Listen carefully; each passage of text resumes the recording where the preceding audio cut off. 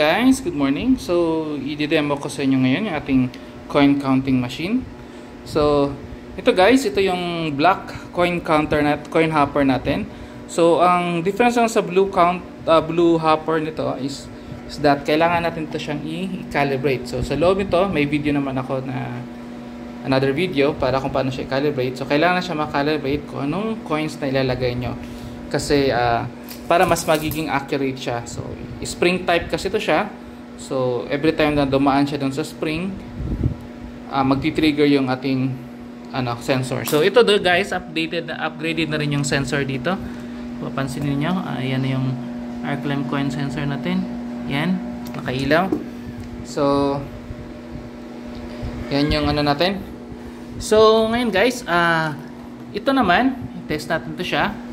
Ito siya guys, is coin chain counter at saka coin changer. So, isi-set up lang natin ito sa DIP kung isi-set mo sa as coin changer.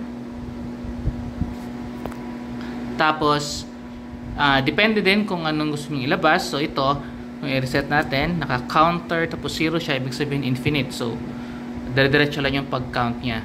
So, pwede natin i-set dito. So, may sticker naman yan siya nakasama kung paano siya i-set up. Then, pwede din siya coin changer. Sa coin changer naman, merong coin slot dito.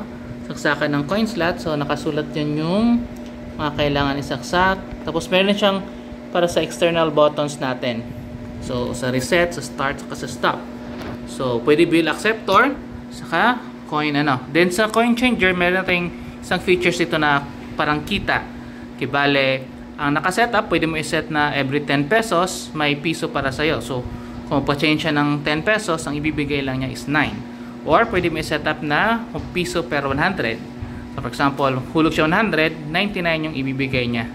So, kung sa 10 per piso, pag 100 hulog niya, so 90 na lang mababalik sa kanya. So, yun yung sineset up kasi natin sa mga terminals para at least may kita din yung coin changer natin. So, ngayon guys, may nakaset up ako na 500 na naka-pre-count. So, iti-test natin. So, may dalawa tayong coin counter dito. I-test natin yung accuracy. So, yun. Medyo matagal to siya na video. So, i-test lang natin to. So, yan. Then, long press natin yung start.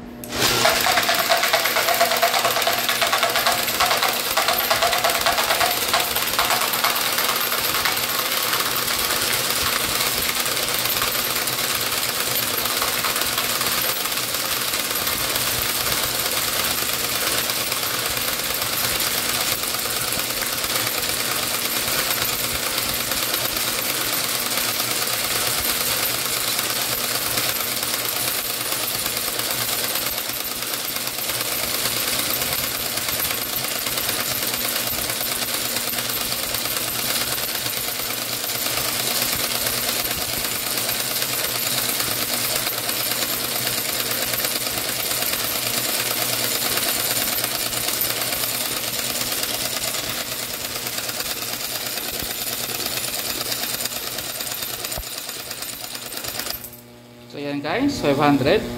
Then mag-auto stop din siya pag wala na siyang makita na lumalabas na coins. So hintayin natin mag-auto stop.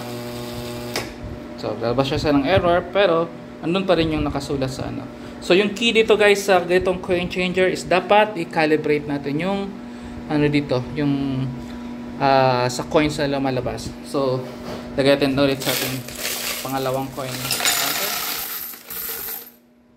So, reset lang natin.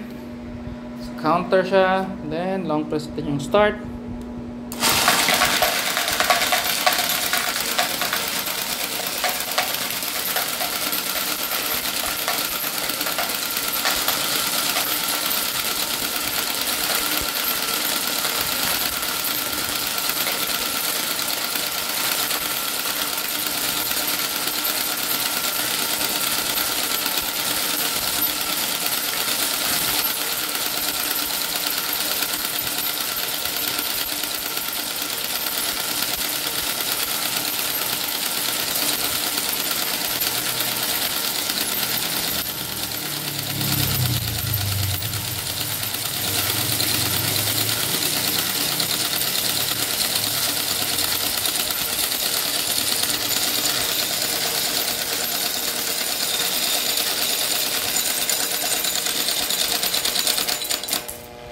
Yan guys, so 500, pwede natin ipindutin yung stop.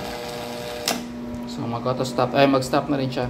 So yun guys, as you can see, so dalawang coin changer na yan siya. So at least sure tayo na yung laman talaga nito is 500 pesos. So yun guys, ilalagay ko lang to sa ating end stock. So ilagay ko lang yung description ilagay ko lang yung link sa description below, saka yung price. Yung included nito is meron na tayong coin hopper, yung coin changer, coin changer counter module natin, may LCD, LED display, so pwede ito ilagay sa labas. Then meron tayong adapter na 3 amps.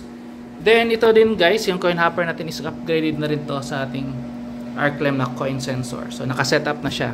So yun na yung nakalagay dyan. So yun lang guys. So ang key lang talaga nito is dapat makalibrate nyo. So ilagay ko lang din yung video link sa description para ma-check nyo rin kung paano siya i-set up. So yun lang guys, don't forget to like and subscribe.